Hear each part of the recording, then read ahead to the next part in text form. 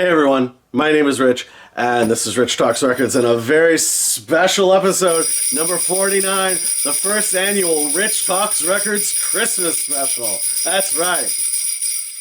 And so, to commemorate this, we are doing the first, maybe not literally the first, but 1955's Merry Christmas by Bing Crosby. Der Bingle, that's right. So, I was actually going to do a Christmas episode last year, and for a number of things conspired for me not to do it, but damn it, here we are, and I'm very excited to do this one. And so this is one of the first albums I ever heard in my life. It is how I understood albums before I even had an understanding of albums. And in the grand scheme of things, it is as foundational to my understanding of what an album even is as this book, which I talked about in my Great Rock books, the Tim Riley's incredible Tell Me Why, which I think is the best book ever written on the Beatles and one of the best books ever written about music in general. It's how I understand albums. It's how I understand singles. And if you ever read that book, you will notice in my videos the huge amount of echoes, how deeply informed my thinking is by that book. But this album is just as important. So let us just get right into it. I'm really excited to do this, and this is pretty cool. So I will say, 2 days ago, a video went up about this album. So I was so bloody minded about doing it, and I was going to do it anyway last year. So, but it was sort of funny that, of course, like as I'm getting ready, like this goes up. So anyway, but I'm not going to let that take away the Christmas fun. Damn it, that's right.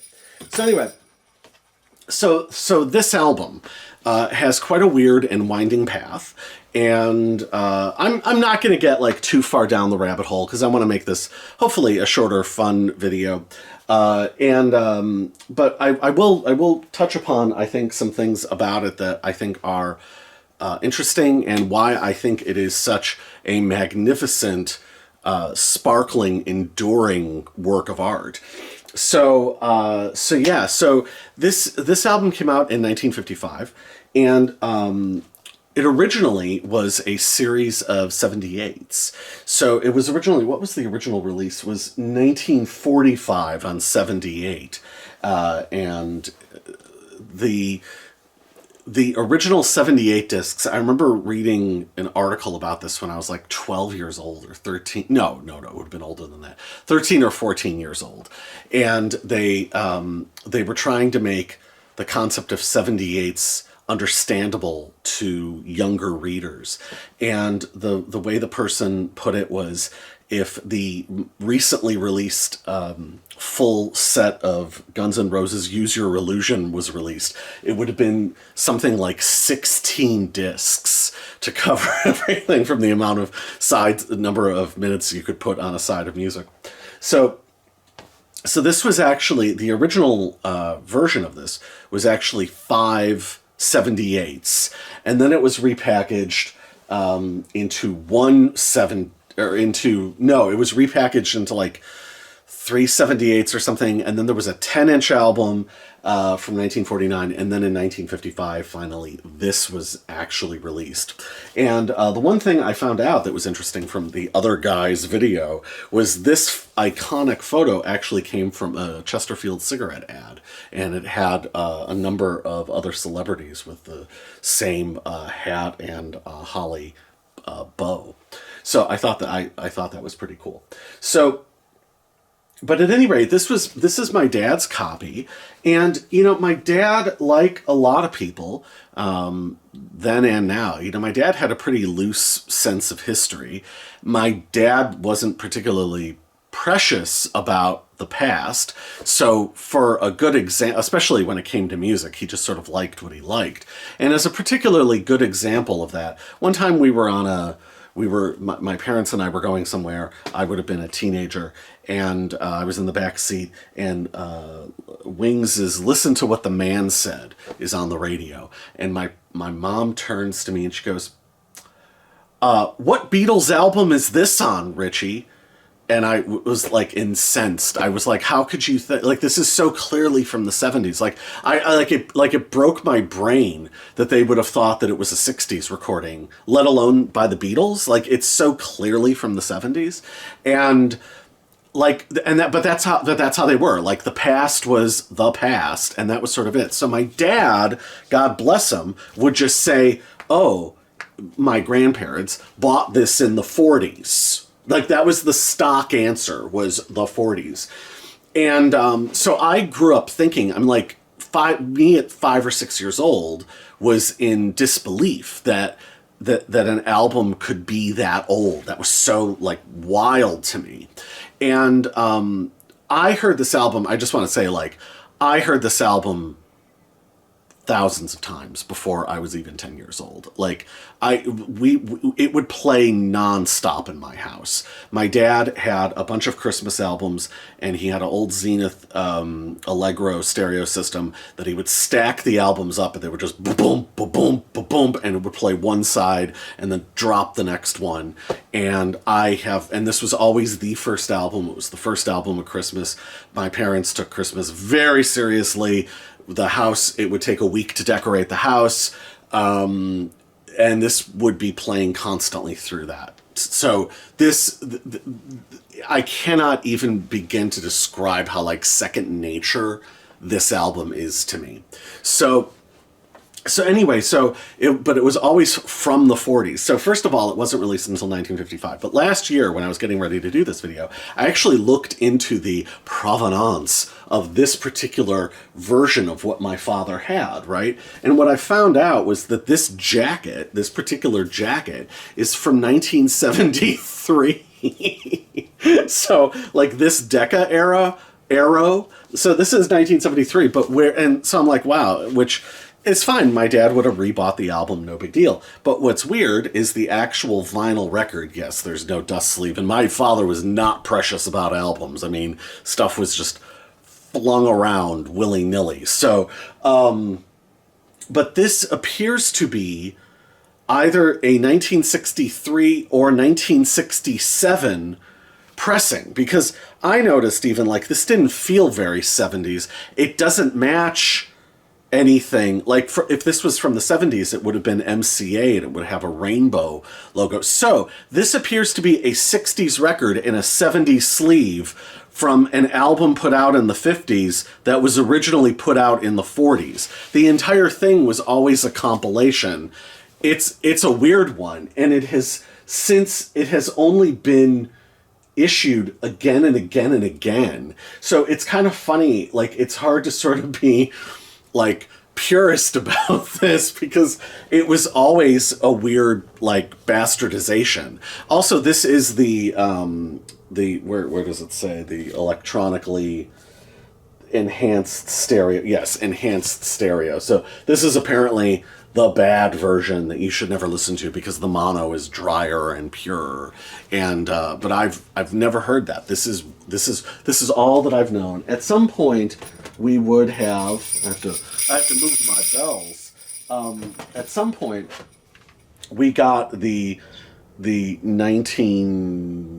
86, 87 CD. So, and this CD, geez, so this CD is gone missing again. It goes missing constantly. At some point, I bought a reissue version for my parents. My mom still has it because it has like a red inlay. So my mom has the other version that I bought, and I just kept this.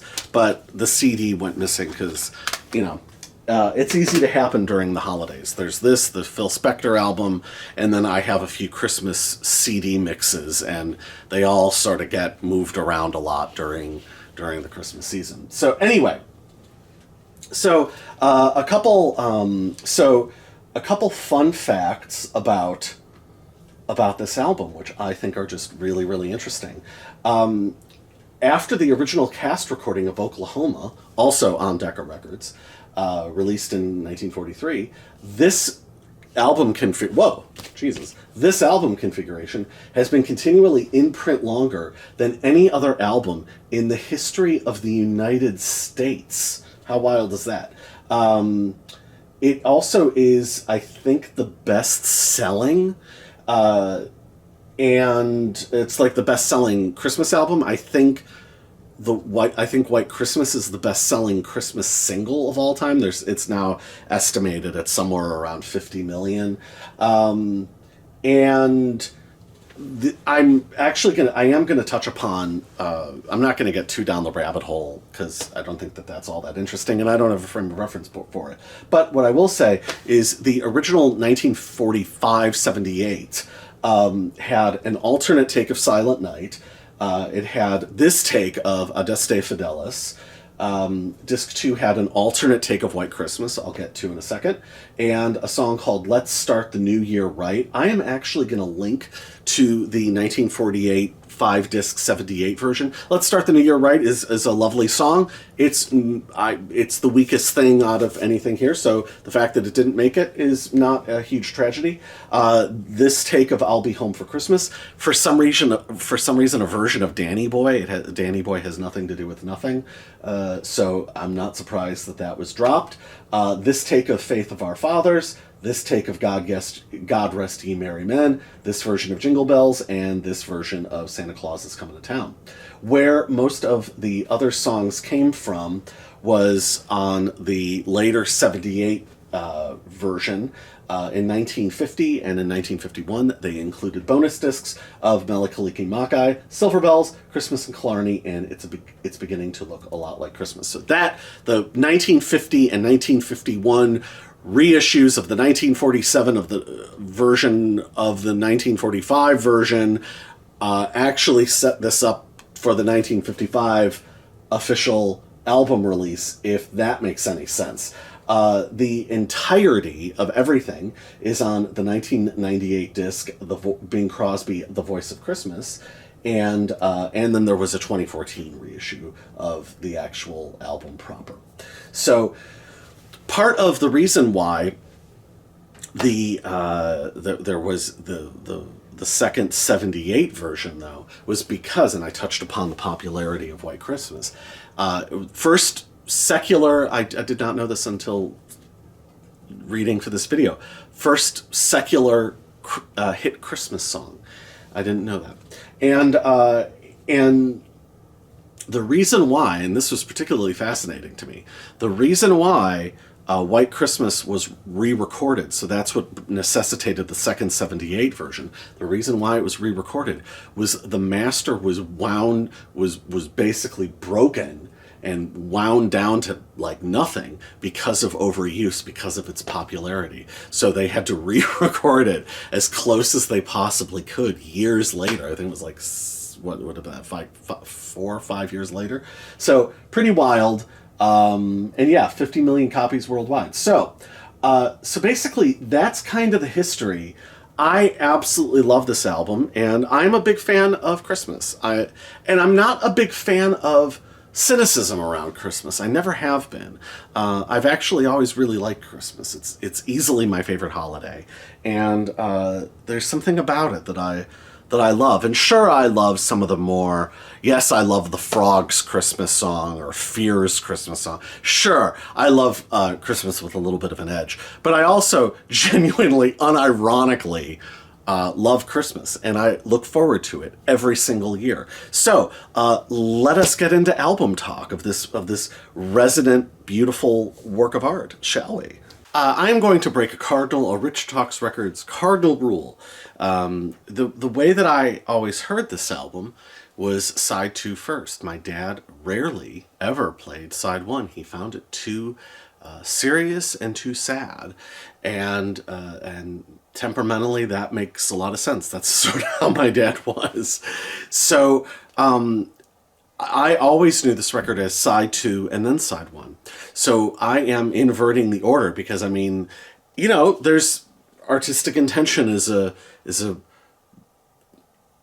loose concept with this one. So I'm going to do something I normally would never do. We're actually going to talk about side two first. But so the thing with the shape of this album, though, is like this really informed.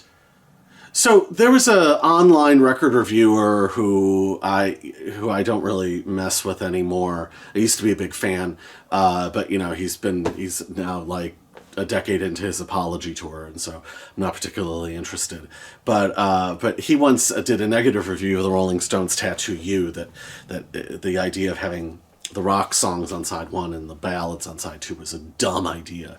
Well, first of all, that's how albums in the 50s were set up, and that album is like a sort of through the looking glass postmodern version of a 50s record. Like, I love that about Tattoo You. Someday when I review that album, I will go way deep into my theorizing about it. But that simple thing of side for dancing, side for romancing, I love that. I love taking tempos and moods and building suites. That's how I loved to make mixtapes back in the old days, or mix CDs. Like, I love that. I think that that's really, really, really, really cool. And that's how this album is divided. There's the fun side, and then the serious contemplative side. And you know, the fun side is my childhood. The contemplative side is, and we'll get into that, is what I would listen to when I was a teenager. And Christmas at night after everyone had gone to bed, listening to side two. So anyway, so I love that. So that alone informed like how I listen to music, and like how I like putting music together, and how I understand music, and that you sort of build loose thematic suites out of stuff. I love all of that. And I love when bands do that. I mean, that's kind of how the Berlin trilogy, most of it, is laid out. And like, I think that that's cool. I like that. I think it's a great way of conceptualizing the wonderful Beach Boys Today album, arguably their best album. So anyway. But side one, this is from recorded all through the years, so I will say the recording dates.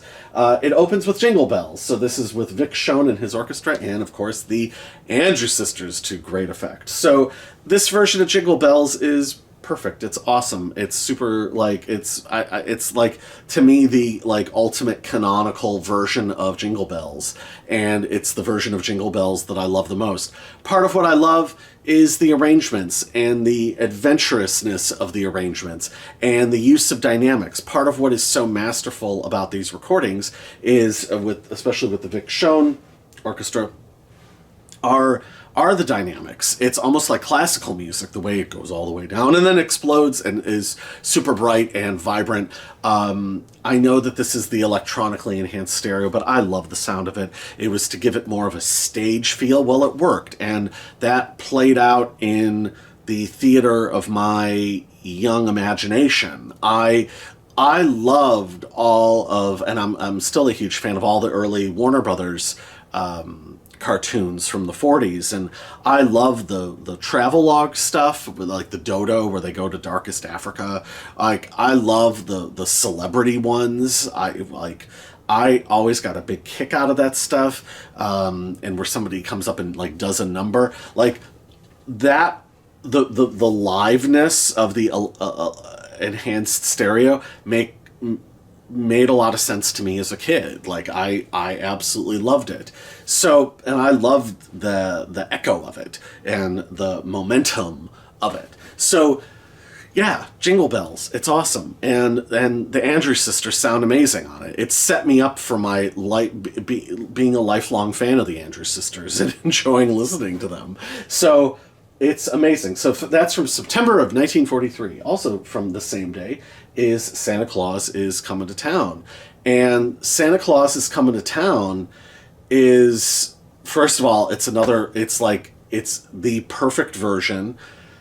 Bing sounds great. Obviously, like, Bing is, one of the greatest singers that ever lived. The Andrews Sisters are incredible. This maybe uses the Andrews Sisters to their greatest effect. One of them hits a kind of a floating counter melodic note at one point that is like one of my favorite things ever.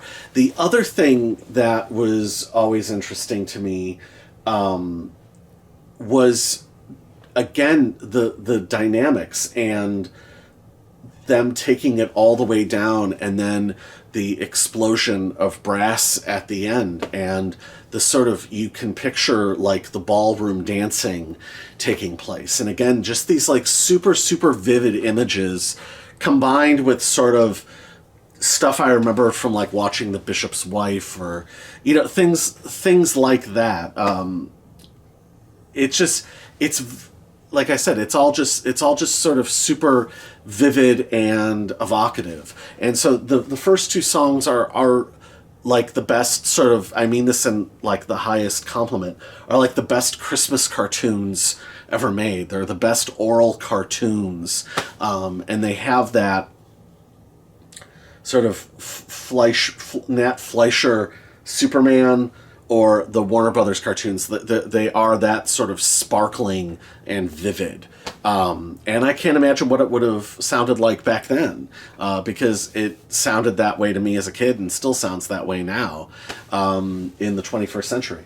But then where things get sort of like more serious, I guess, would be Silver Bells. And so this is from September of 1950. So there's two songs on here from September of 1950. This is sung. So this is the John Scott Trotter and his orchestra, but Carol Richards, the inimitable Carol Richards. So this version of Silver Bells. Well, first of all, this is like where Bing really gets to like sing, and this is, such an absolutely beautiful duet. And Carol Richards is incredible.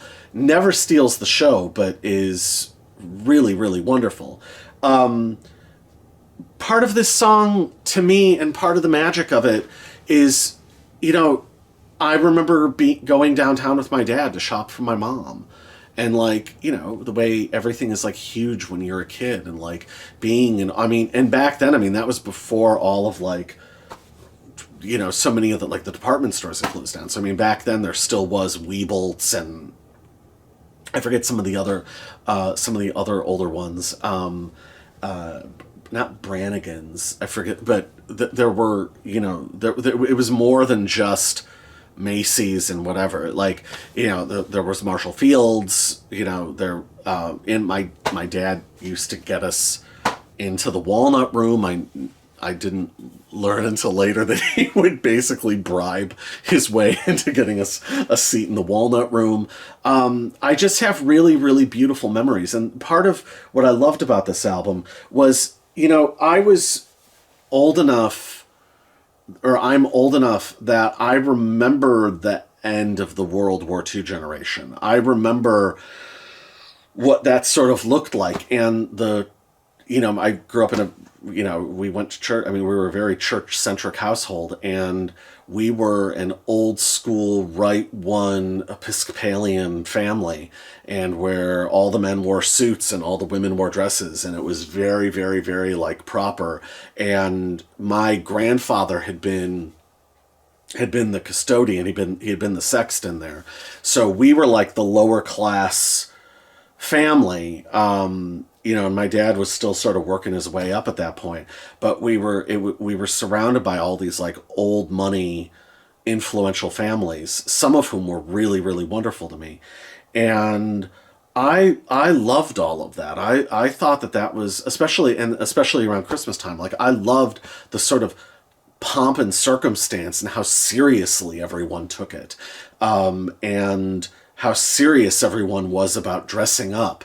And there was something special and weirdly like magical about it. And it's freezing outside and you're off school, and I don't know, there was sort of a, I don't know, an intangible. This album was somehow an intangible tie to this other world, because I would look at, I would watch a lot of older movies. I was really obsessed with the movie Stalag 17. I would watch a lot of older movies, and I couldn't imagine a world where men wore hats and coats and where people looked like that. You would see footage of people at like Cubs games, and like all the men were in suits. Like that just seemed so strange to me, and I couldn't reconcile that with the surroundings that I had. So and the only time that there was sort of a tie to that world was this, and the world of Silver Bells is a world that would sort of if you squint, would sort of happen for like a week or two out of the year. And it really was, it really was incredible. So, and also the back and forth between Bing and Carol Richards is absolutely incredible. And then it goes into sort of another, this is from 1951, with another, it's John Scott Trotter and Judd Conlon's Rhythmaires, and that's It's Beginning to Look a Lot Like Christmas. And It's Beginning to Look a Lot Like Christmas is a lot of the similar vibe and aesthetic of Silver Bells, and evokes a lot of that world to me. The other thing is with the runs, the sort of dense syllabic runs. Like these were some of the first songs whose lyrics I memorized, because I was really, really fascinated by the wordplay and the way that they were able to string all these phrases together. I really, really, really loved all of that. And dolls that will walk and will go for dolls who will talk and will go for a walk is the hope. Like, I loved all of that. And then the implied, of course, that mom and dad are rolling their eyes waiting for this to be over. Like, the idea that there were all those great little touches and details and sort of character flourishes, I really, really, really loved. But there's part of the thing that I loved the most about It's Beginning to Look a Lot Like Christmas was, in the arrangement, there was sort of a coolness and a laid-backness to the kind of aluminum Christmas tree arrangements that I really, really, really loved. Because what it reminded me of when I was just slightly older, by the time I was like 10 or 11, I became really obsessed with The Godfather, the novel and the movies. I don't know how many times I read that book, and Lord knows by now how many times I've seen the movies. But the scenes where Tom Hagen goes to see Waltz, it reminded me of the score in those scenes. And so I would sort of picture sort of like I would get really into like the development of Los Angeles and like the building out of Los Angeles. And like I'd seen photos from like the Black Dahlia murder where she was like right on the outskirts of town. And I used to think about what it would be like to have been alive back then and be driving around in like a big Studebaker or something like that.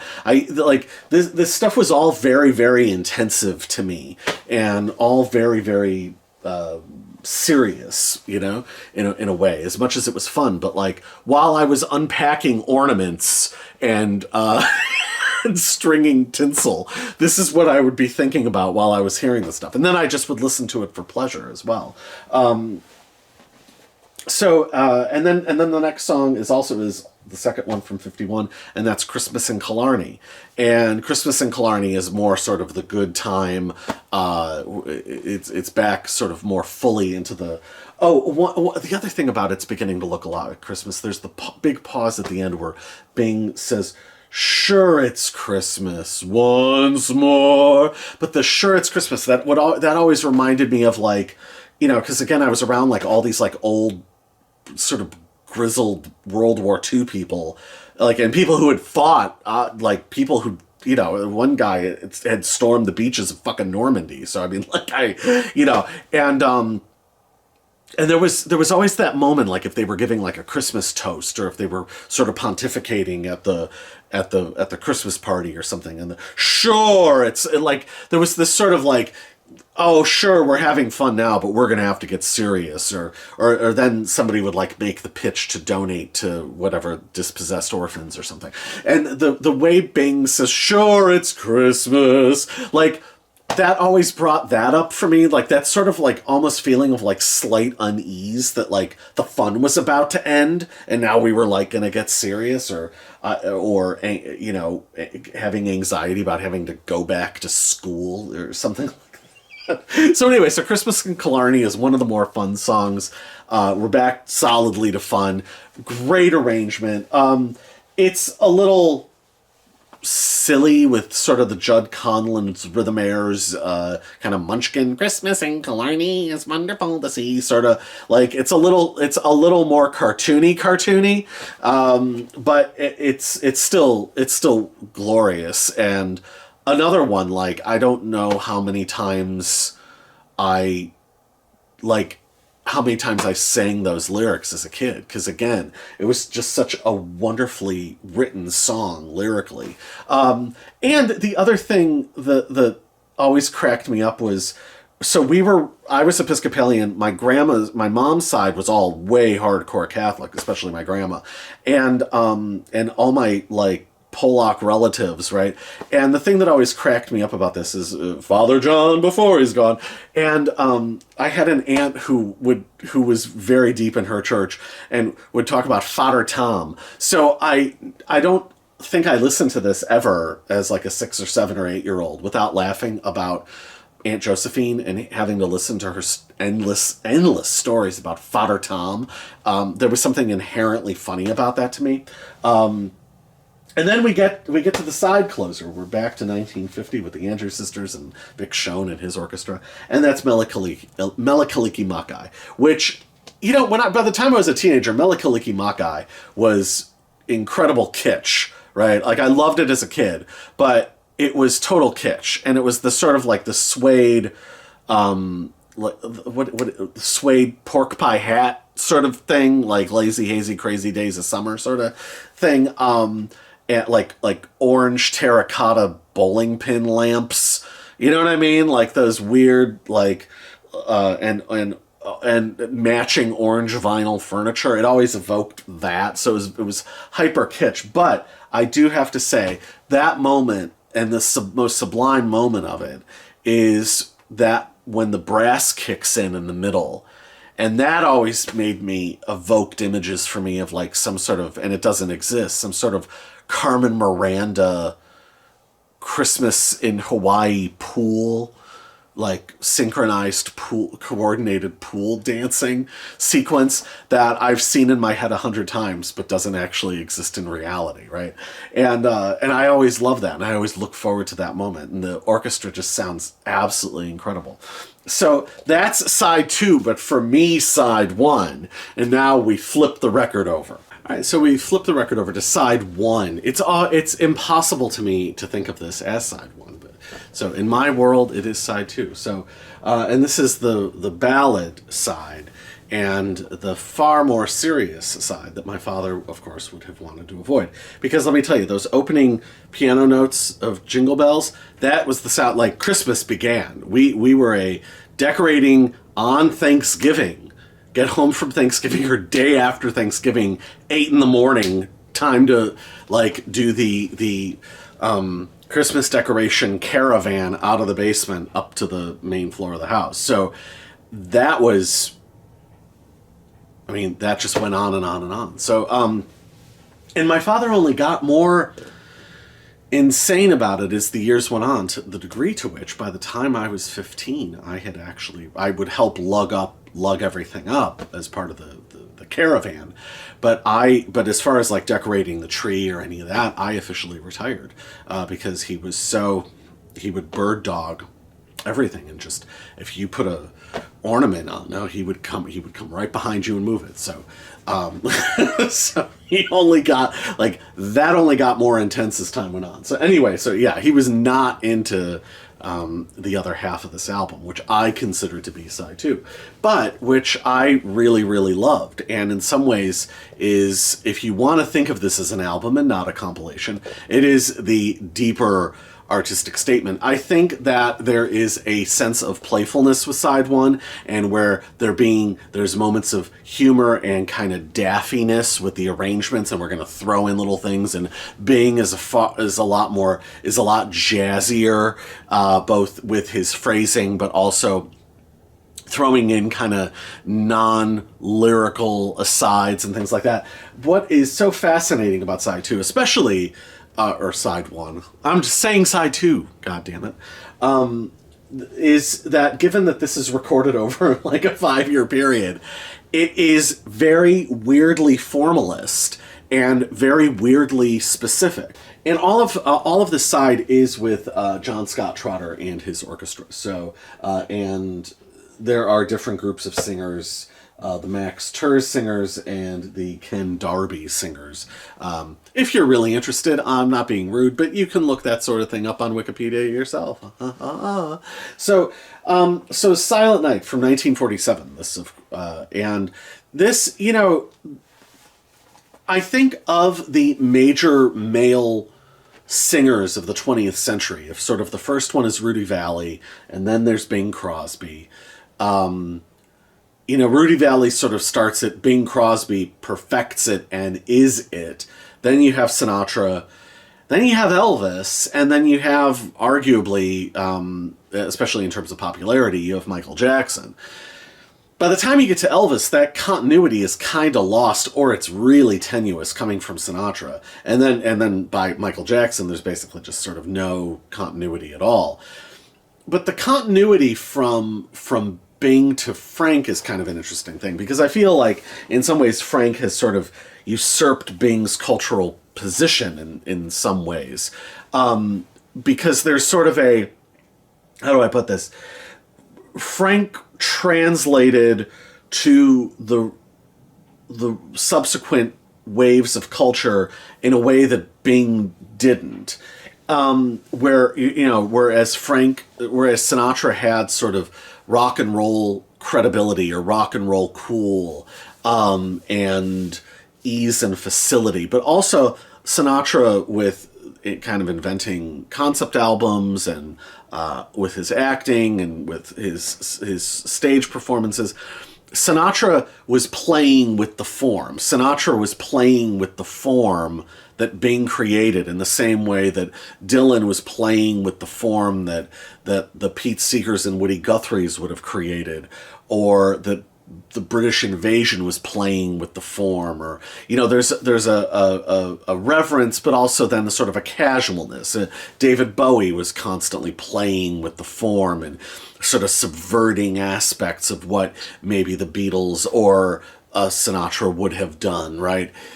But the thing about Bing, so Frank sort of has this kind of cool uncle vibe, right? And I think that whether it's Keith Richards or Bob Dylan or Neil Young, there's that sort of the cool, or Bowie for that matter, the sort of cool uncle vibe has sort of persisted, right? I think the thing about Bing is kind of permanently grandpa. He's like permanently the grandfather. And it's this sort of, it's not even like the grandfather that you knew. I didn't know either of my grandfathers. They were both dead before I was born. And there's this sort of, he's more of a photo over the mantelpiece as opposed to something that is relatable. And also because Bing created the form, and the form is what is side two. And that was something that, as I have gotten older, but even by the time I was a teenager, I was starting to really, really appreciate that somebody had to record it this way. So in terms of the phrasing, in terms of the orchestral arrangements, everything, it almost feels like like you would never sing it that way, or you would never have an arrangement that way. You would, everybody else would have to put some sort of twist on it, or subvert something, or have some sort of playfulness with it, or reverently deconstruct it, or whatever. But this is how it's supposed to be done. This is how it's done. And this recording of Silent Night, I mean, is it the greatest recording of Silent Night ever? I mean, it would have to be, because it's the standard. So not only is Bing singing standards, he's singing, the singing itself is setting the standard, the arrangements are the standard, the choice of the material is the standard, the presentation is the standard. This is the standard. There isn't much without that. You have to have the standard. I couldn't have come along and broken the rules in my life if there wasn't the standard from which to deviate. And at some point, circle back round to aspects of, appreciate aspects of, say, I don't know about this part, on and on and on and on, right? So there's I have a I have a reverence and respect for setting the standard, you know? And this version of Silent Night, I mean, we would go to midnight mass, and there's something about, being 5 years old, 6 years old, out way later than you should be. And there was something mystical about it. And Silent Night was always the last hymn. And it was, I don't know, it did seem otherworldly. It did seem possible to me at 5 or 6 years old that Santa Claus was a real thing. Also because I was pretty sure that I woke up one time and saw Santa Claus. All of that was somehow vivid and real. And like I said, this world that always seemed out of touch because I was always the only child in a room full of adults. And usually it was adults older than my parents, even, because my parents would be the youngest people. I was the only child at the church. I was the lone child in Sunday school. So I was never really around anybody my own age. And all you ever heard were, songs that got us through the war. We had a piano in the basement, and the sheet music was for the gay 90s, the 1890s, that my Uncle Dave would play. So I was surrounded by, my dad would constantly listen to songs that got us through the war. I mean, that was a constant thing. One of my dad's favorite movies was Pennies from Heaven, one of the most depressing slugs ever made. So I was surrounded by this, like, sort of 2 or 3 like generations removed constantly, and what was proper and what you should do and the right way of doing things. And again, it was a right one church, so there was this constant RITE, but the RIGHT way of doing things. That there was the standard and proper way of doing things and of living your life and of thinking. And that was how I was raised. So the time of the year, the night of the year where that would click in and actually seem, where there would seem to be some sort of transcendental aspect of the religion and of everything else, and what you waited all year for and what you meaningfully suffered for and toiled for, was midnight mass, because it did seem special. And the point where there are no lights on except for the candles, and it's just the a cappella, and the organist would stop playing. There was something that was probably the first time I was ever moved in any kind of way by music, and in a transcendental, spiritual way, and in the way that I later went crazy for The Doors and Jane's Addiction, etc., etc. My first sense of that, my first sense of otherworldliness, would have been at midnight mass, and specifically Silent Night. Bing's recording evokes all of that. It is an incredibly powerful evocation of all of that. Adeste Fidelis is next, from 1942. Again, there's not much to say necessarily individually about these songs, other than that they are all very formalist and of a piece. So Adeste Fidelis, when the choir enters, that's how the choir should sound. That's how it sounds in old movies. That's, that is the standard. This is the black and white movie in my mind, and when I really sort of discovered side 2, when I was in my early teens, or late whatever, like 12, towards the end of middle school, there was the school dance, the winter dance, which I never went to. And that was the big night of the year, and everybody was really excited, and I was maybe one of like 3 or 4 kids who wouldn't go. And there was something about that for me, that was sort of that was like when I was starting to act out. And my grandma, I more or less lived with my grandmother in those years, and I would turn on, she'd be going to bed at like 8:30. My grandmother lived in darkness anyway. My grandmother would never turn lights on, because old Polak, it was Boja something, where God provides the light. So you couldn't turn lights on because God provides the light. So I would turn the Christmas lights on after she went to bed. So there'd be the lights on the tree and the lights around the window, and I would just be alone in her apartment looking out these huge picture windows. And I would listen to I had a tape. I would listen to side two of this that I had made, and then I would listen to Jim Morrison's An American Prayer, and that was my official not going to the winter dance soundtrack for 3 years, or at least two. Actually, I should say at least 2 years. It was seventh and eighth grade, and I would listen to I'd listen to those until like 1 or 2 in the morning, and kind of revel in the complete aloneness and friendlessness. I reveled in the isolation and in the what Kurt Cobain would later call, and one of the reasons why that lyric made so much sense to me, the comfort of being sad. At that point, there still was a lot of comfort in being sad, and that made all the sense in the world to me. That there was some sort of all the winners are down the street, and I'm going to lose here by myself, and that was the better option, and it felt right. So Adeste Fidelis was the soundtrack of that, if that makes any sense. It's hard to explain. And again, this sort of touching of a world that didn't really quite exist, and that I had somehow missed. I mean, my dad would tell me stories from his childhood of, what the cathedrals were like and what parts of Chicago were like.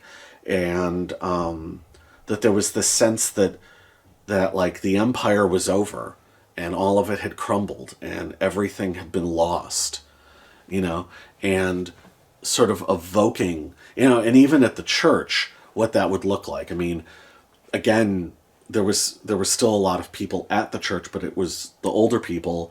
I was literally the one child. And, there were endless photos on the wall from like the 1950s bishops, whatever event, youth drawing event or something. And like all this stuff from sort of the glory days.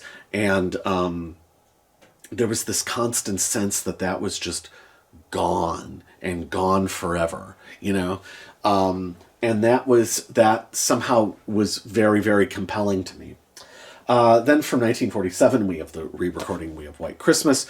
White Christmas, I always loved the movie as a kid. It goes on to have even greater resonance because as an adult, my family, we would go to screenings of White Christmas, and so the last few years of my dad being healthy, when he could still get out, we purchase our tickets and we would go to the screenings of White Christmas. And I have really beautiful memories. Take the day off work or the half day of work, and we'd go see that. And I have really, really beautiful memories of that. So that movie I always loved as a kid, but it took on a whole other level. And my dad would tell the same stories about seeing it in the theater on the drive home, that sort of thing, So, I mean, it is the version of White Christmas. It's the ultimate version of White Christmas. Irving Berlin wrote it. It's one of the greatest songs ever written. I mean, what can you say about it? It is White Christmas. It is Bing's ultimate version of White Christmas. And then we have, God Rest Ye, Merry Gentlemen. And, again, this traditional. It's from 1942. Another perfect, these are very dour, formalist, churchy recordings, and it's such a powerful black and white movie to me. The very heavy monochrome, very high contrast, and this vision of the way that the world should be, and the way that the world would survive. And it's funny because I didn't put together back then that those are people that were coming out of the Great Depression and then had to deal with World War II. So no wonder they were so iron-fisted and shut down about maintaining order by the time I came around, right? And certainly, older Gen Xers and the baby boomers. Like, no wonder they had to deal with that. Like, and I had to deal with the remove of that. But one thing I wanted to say, I think one of the other reasons why The Godfather resonated so much with me, and the clever trick that Mario Puzo writes in the book and captures the tone of in the book, but that is then brilliantly amplified and expressed visually and just in cinema by Francis Ford Coppola, is the great trick of that book and then of the movie is that you never really see the glory years of the Corleones. You never really see when they're the Roman Empire. The ship has already sailed. They already don't have the muscle. And that's part of the genius of it. And I think that that's another reason why that movie and that book resonated with me so much. It was these people sort of reaching for something that wasn't that far in the distance, but was already gone and might not have even been there the way that they remembered it. And as I went on and became an adult, like, I think that's one of the reasons why the Kinks of the Village Green Preservation Society makes so much sense to me. Like, I feel like it's one of the reasons why I get some of these things, you know? So yeah, it's another, like, perfect, you know, it's perfect. I don't know what else to say. This is the standard. You know, there are certain things that are the standard. It's like Olivier doing Shakespeare. Like, that is acting. Like, that is how it's done. And it's that way for a reason. And you have to respect that, especially now that we're so far removed from that stuff. I think there is a lot of value and importance in coming back to that, you know, and even understanding that, yeah, even Sinatra, for whom most people would think is the standard. No. Sinatra was already kind of avant-garde compared to Bing. He was already stretching and subverting and playing with, you know? It's interesting to think about. Then we have Faith of Our Fathers. And that's the other thing about God Rest Ye Gentle Merry Men.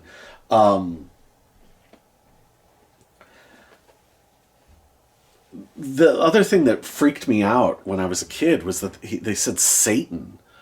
Like, Satan only was in the lyrics of, like, heavy metal songs, like the heavy metal bands that my cousins, like, shout at the devil or something. It was, like, this forbidden. I couldn't believe that they used the word Satan.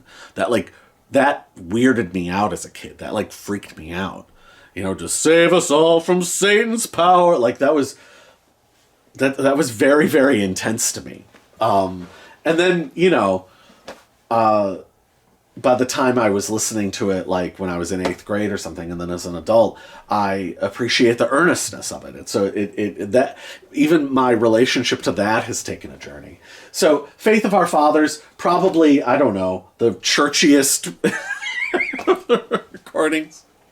I mean, these are all perfect. They're all super formalist. I love it. There's not much to say about them individually, other than the images and the things that this would evoke for me, and the sustained mood. And I think that that's another thing. Like, the idea of having a sustained mood through an album side was a very, very big deal for me when I was getting more and more into music. You know, so I loved all of that. And then we get to the last song. We get to I'll Be Home for Christmas, the song that my dad really disliked. My dad, I think, found this to be like the saddest song ever written, and he could never listen to it. So my dad being my dad, that would make sense that he just would excise the second half of the album, or one half of the album, simply because of that one song. Like, that is so how my dad would think. So I'll Be Home for Christmas. It's a beautiful recording. It's from 1943.